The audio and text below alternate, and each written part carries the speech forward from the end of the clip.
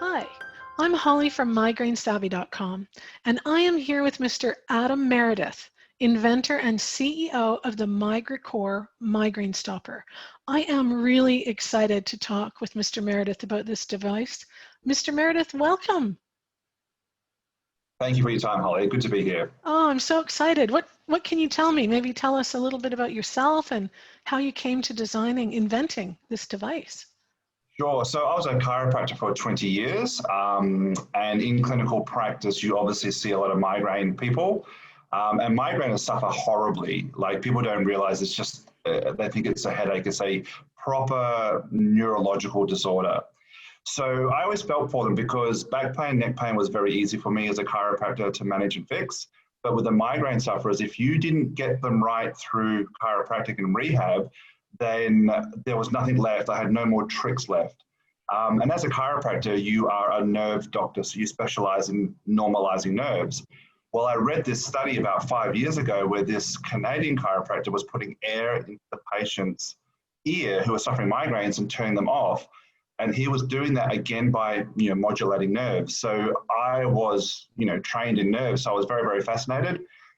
We did it in our practice. We've got 6 chiros that work with me, and we all did it on our patients. And every week we had our meetings, and it's like, how's it going with the air in the ear? And people were like, the migraines are turning off. And Wow. So I was compelled to build a device that they could take home with them so they could get the treatment when they weren't in my practice.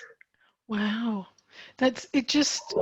And it looks quite simple to use as well. It doesn't take any electricity. So I got a bit excited because I thought, wow, this is something you can use worldwide.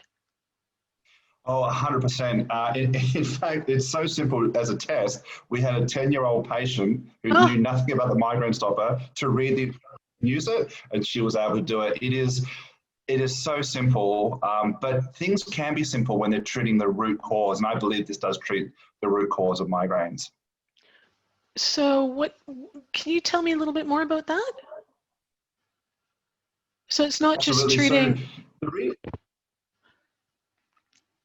Continue? No, I was just thinking, so you're saying it's treating the root cause. So it's not just treating like something that's unbalanced in the ear, that's not it. No, it's just the ear is just a lucky anatomical entry point to 2 nerves. And most of your listeners would have heard of the vagus nerve and migraines, and the trigeminal nerve and migraines. And both these migraine fighting nerves are very well researched. Well, you can access both of them at the same time with the migraine stopper. And that's just a fluke of anatomy. They just happen to both be in there. All right. And the reason people had so much trouble with migraines is it's a complicated neurological disorder that occurs over different parts of the brain. But one big part of it is the brainstem, and you can access the brainstem with these 2 nerves through putting air pressure into the ear, and that's what makes it so magical. Wow.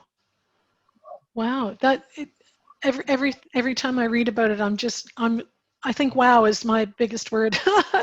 Sorry about that. So what else? What else can you tell us about it? Yeah. Well, it's the same thing. Like when I read it, I'm like, really? And now obviously chiros are trained in head and neck neuroanatomy. So I know the brain, I know the nerves, but it's like really air, but it did make sense from a neurological point of view. So I clearly remember the first lady patient that I did it. So we told our database, hey, if you have a migraine, come in. And I remember turning off her migraine within a couple of minutes, and wow. I was more astounded than she was. Wow. So it just happened for her there in the office? Yeah, within about 10 minutes. Wow. I've never been able to do that. Wow. Of course, that's not every patient, but I can honestly say, hand on heart, 80% of people in the practice were responding to the therapy, and responding was easy because we're not trained scientists or researchers. It was like, do you get migraines? And I'd listen to them, and I'd be like, you poor thing, stick this in your ear and let's see what happens. To make it a positive result, I would say to them, do you want this device? And 80% said yes. So it ranged from turning off, and the best one is Ruth, who's on the testimonials. That she's about 70, she's a grandmother. Look at her, she's a super responder, just turns off. And then at the Wow. other end, there's no effect, of course, like any therapy. But in that 80%, there's people, and I said to them, can you go back to work now? And if they said yes, we called them a mild responder. So they still may have had symptoms, but as you know, as a migraine sufferer, and this is why it's difficult when you talk to headache people, when you have migraines, one of the hallmarks is you can't work and you have to shut down and you have to be in a cold dark room. Yeah, yeah. So headaches you can work through. So they were able to go back to work. They may have had some symptoms, but it was more headache-like now rather than the migraine, which is a neurological overload, you know? Yeah, yeah, yeah. So I'd love to hear too some of the results from you've been in clinical trials for more than 5 years, or have you finished the Yes. clinical Yeah, trials now? That's really exciting So too. Can you tell us about that? yeah. So the clinical trial, it's funny. So we're chiros, I'm not researchers, but I put an ad in the newspaper because I wanted non-patients. And I Oh, said, hey, there's this device, come in. And that's the ones I said, do you have migraines? And we didn't type them. We didn't care what they were, if they were with or without aura, if they were vestibular, if they were, we didn't care. Do you have migraines? They said, yep. I'm like, you poor thing, take this home, stick it in your ear, and come back in 4 weeks, in 8 weeks. But that's how we did it. And that study of those 30 people went for about 18 months. And of course, some of those people I still know now 5 years later. And they're still responding to the therapy. So it wasn't a published trial, but we wanted to try to quantify it. And like I said, the quantification was, do you want to buy this? And they said yes. And we put it as a tick that was a responder. yeah. That's how scientific we were. But as a practitioner, although I'm interested in the neurology because I want to get better and maybe improve it, but as a practitioner, you want two things. Is it safe and did it work? And that's all I was trying to see. And then how much? And 80% is a pretty high number to have a response rate for any medical invention or intervention. So how many patients now do you think have kind of trialed it and had results? Do you have an Oh, idea wow. So just hundreds and hundreds of patients. Wow. And there would be thousands and thousands of ear pumpings done in Sydney already because patients are funny. So we did acute therapy only. So it's like, hey, Holly, when you get the migraine and you know you're going to get it at the prodrome, do the ear pumping. But then the naughty patients themselves started daily ear pumping without telling me. And then they came back and they said, by the way, it does turn my migraines off, but my frequency has dropped. I'm using it every day. And that's when over the 5 years we mucked around with protocols and then came up with the 5-day, twice a day pumping for 30 days to help the preventative mode. So that's something I really want people to understand. It's a preventative and it's an acute. And what's interesting is if you look at preventative medications, they work very differently to acute medications. And I'm a real simple thinker. I'm like, well, if you're really getting to the cause, wouldn't the same thing that turns them off perhaps prevent them?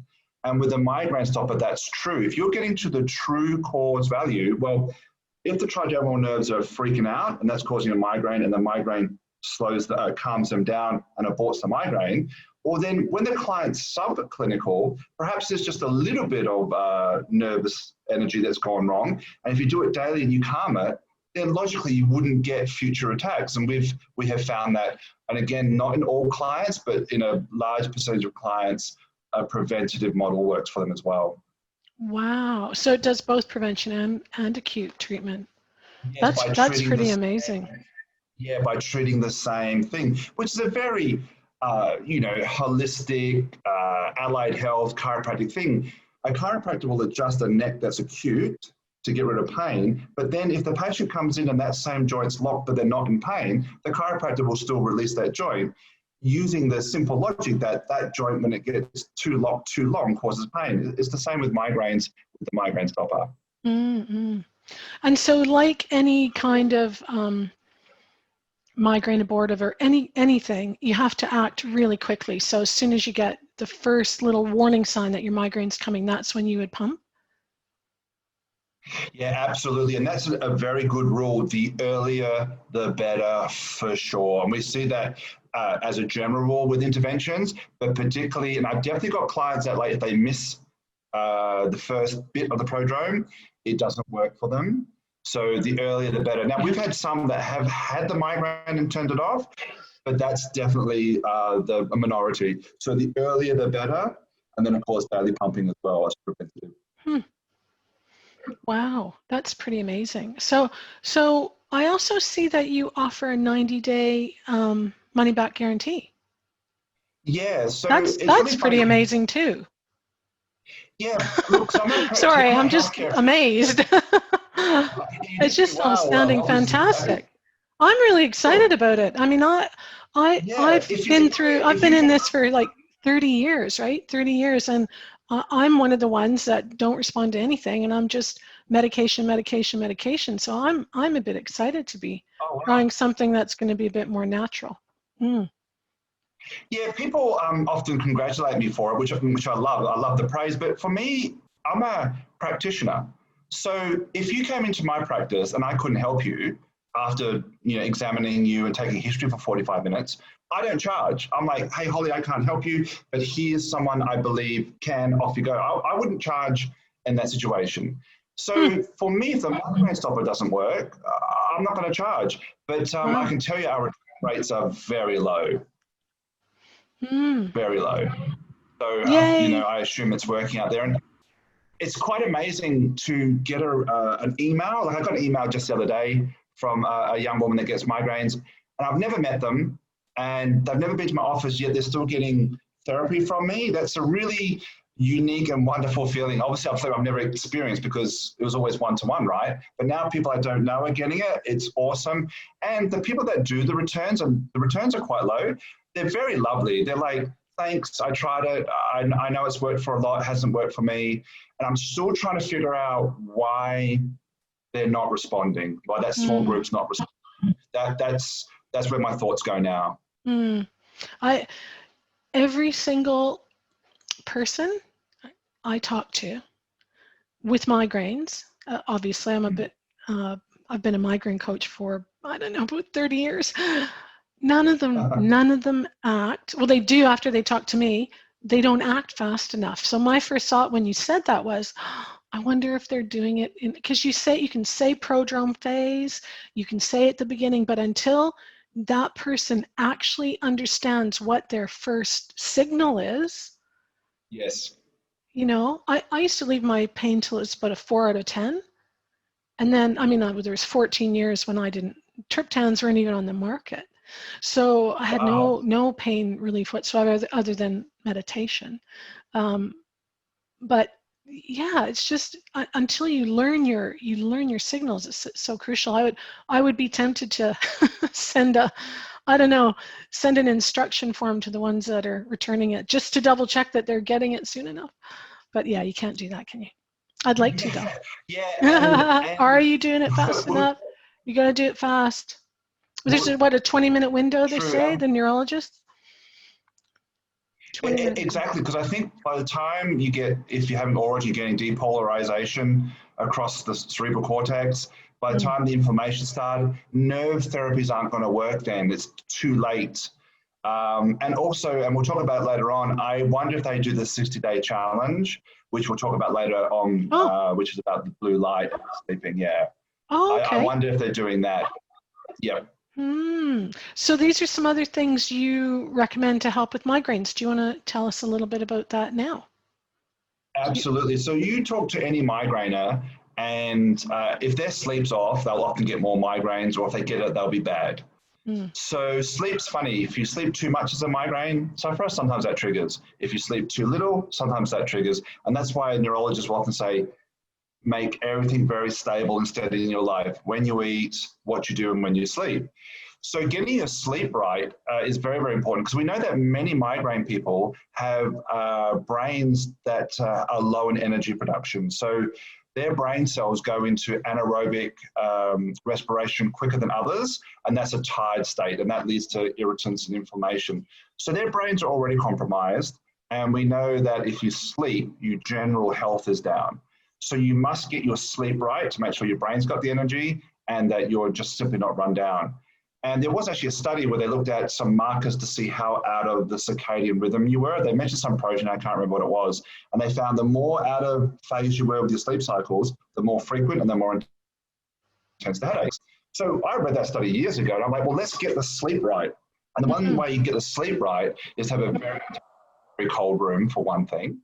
And cold, like around 16 to 18 degrees cold, like quite cold. Oh, wow. That's very cold. Yeah, very cold. I'm in Queensland, so that sounds really cold. You'll sleep wonderfully well in a cold room and very dark. So I don't suffer migraines, thankfully, but my room in my bedroom is blacked out with blackout curtains. And then blue light, which we can talk about later on, is stimulatory and it absolutely ruins sleep. And another thing to do to help is to get early sunlight into your eyes with no glasses, no contacts, because that will also tell your brain about your sleep-wake cycles. So dark, cold room, morning sunlight, 10, 15 minutes. I mean, as soon as you get up, you should go outside to let your brain know what time it is, and then block all blue light at night, and that'll help your sleep. And if you get your sleep right, your migraines will often get better. So when you say go outside, do you have to literally go outside? Or can you just be at an open window and let your eyes open with the sunlight? Yeah, so it's very important. Open window is yes, but not through a window. But yeah, you could open a window and let sunlight hit, but it can't be through the window. Okay. You won't get the same effect. So you've got to remember, we were cave people, and how do you know when to go to sleep or what makes you tired? It's the light cycles. And the light cycles in modern day people are very disrupted. And unfortunately, the light that hits our eyes all day is artificial blue light. And blue light is very excitatory and it upsets your melatonin production, and you need melatonin to be released at night to sleep. So the morning sunlight helps to make the melatonin, and then darkness at night allows it to be released. Well, no one's living that cycle anymore. No, not with the internet. And first thing people do is they pick up the phone, look at blue light, and that's stimulatory. And then blue light right up until they go to sleep, stimulatory. No natural light, no sunlight. And once your cycle's off and you're not sleeping, your migraine's going to be worse. Yeah. I mean, it's a catch-22, isn't it? Because the migraines interrupt your sleep cycle. Correct. Correct. That's why you start with the sleep first. That is really sleep, no matter what's happening. That is really interesting. I just want to really, really highlight that it's absolutely key to get outside, and open the window, not just look through the window. Because I've been trying that for years, and now I know why it's not working. Because I just look out the window and go, "Hey, sunlight." No, and you've got to take off your glasses or your contact lenses so that the light. That's how our eye evolved. That's how we know what time it is. Okay. Well, that makes a lot of sense. Oh. It does. It's very simple, right? Yeah. Well, and it's sometimes there's just one little key point that I'm not clear on that's making all the difference in the world. And the key point you just made was to actually get outside in sunlight. Absolutely. Get it into your eyes. Yeah. That's huge. Yeah. I mean, don't stare at the sun, but just make sure the sun's hitting your face. Yeah, for sure. Yeah. And the other quick thing is, you'll find that you'll sleep a lot better, or most people will sleep a lot better if you don't eat 3 hours before bed, or if you want to get really strict, don't eat after dark. Just if you're a migraine sufferer, just trial it for 7 days straight. You might be surprised how deep your sleep becomes. So eating late at night tells your body that it's not nighttime, because we didn't evolve to eat in the dark. So it's another thing I'll add to my client. That is fascinating. Yeah. I've been experimenting with that recently, having little snacks before I go to bed, like banana. They always say turkey, bananas, and it's not working for me at all. No. Well, there you go. No. I should have talked to you first. Definitely. And if you can be strict about it, and it's easy in summer but hard in winter, but I've done it as myself as a sleep hack. If I eat just as going dark and I finish my last meal of the day, I don't eat for 3 or 4 hours before I go to bed, I'll have a much better sleep every time. Well, that is great to know. Excellent. Yeah, definitely do it if you're a migraine sufferer. Oh, wow. Well, you've given us a lot of tips. I know I want to talk to you a little bit more about blue light and where we're going with that. So maybe we'll get the listeners to stay tuned and look for our next video talking about blue light and why that makes a difference for a migraine sufferer. Absolutely. That's great, Adam. Okay, so if I was going to summarize the whole process with the migraine stopper, so you just, at the first sign of migraine, you pump into your ear, and it's 30 pumps or something. Is that, I got that right? And you would do it daily if you wanted it to be a preventive, and you would do it at the early warning sign if it's an acute attack. Absolutely. So we suggest that if you purchase the migraine stopper, do the 6-day challenge because it'll give you the best chance of making sure you're a responder to the therapy. Oh, so okay. the 6-day challenge is you pump your ear morning and night, Mondays to Friday. And so you put the migraine stopper in your ear, you do a couple of cycles. Each cycle is 30 pumps, and you do it nice and gentle. You can warm up to it. You don't have to like squeeze the hell out of the bulb. Just get it in your ear and do the 30 cycles both sides, morning and night. And whenever you feel the migraine going, and like you said, Holly, the sooner the better, then you do 30 pump cycles until the migraine goes away.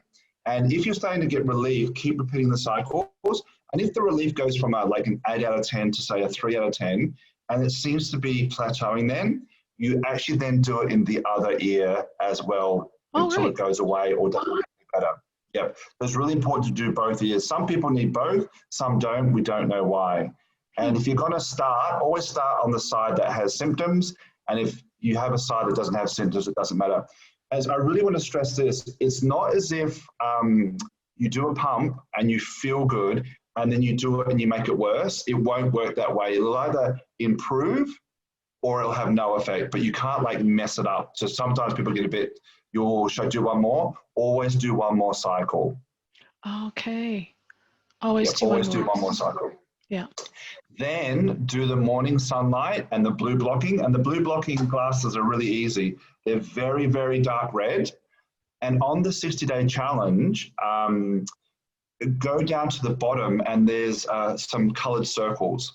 When you put your glasses on, both those blue circles must disappear. If they don't disappear, they're not working. And most of the glasses I've tried don't work. Oh. So it's very important. It's very important that the lenses are red and those circles disappear. Otherwise, you're not actually doing the therapy. And I've had some people say, hey, look, it's not helping. I'm not sleeping any better. Or it's because the glasses don't work. So definitely at the bottom of the 6-day challenge, look at those circles with the glasses on. Okay, fantastic. And we'll just put a link to that exact page underneath the video. Yeah, and obviously we'll have links to your website as well, for sure. Yeah, absolutely. And if they're in Australia, I actually have a 1300 number, so people can always call me. I mean, I was a practitioner for 20 years. I'm not now, I've retired, but I talk to people. If you have an issue, give me a call or send me an email or contact me through social media. I'm always happy to respond. Oh, that's really great, Adam, because being a migraine sufferer myself, I always have a few questions, always. Yeah. Definitely. Yeah. Oh, that's been great, Adam. Thank you so much for your time and your crusade to help migraine sufferers reduce debilitating pain and get their lives back. It means a lot to all of us, Adam. Thank you so much. Thank you. I'm really proud of the Migraine Stopper, and I'm very happy if I can contribute to lowering the suffering load for sure. Thanks for watching. If you liked this video, be sure to subscribe to my channel and come visit migrainesavvy.com. Do take care, and until next time, be as pain-free as possible. Bye for now.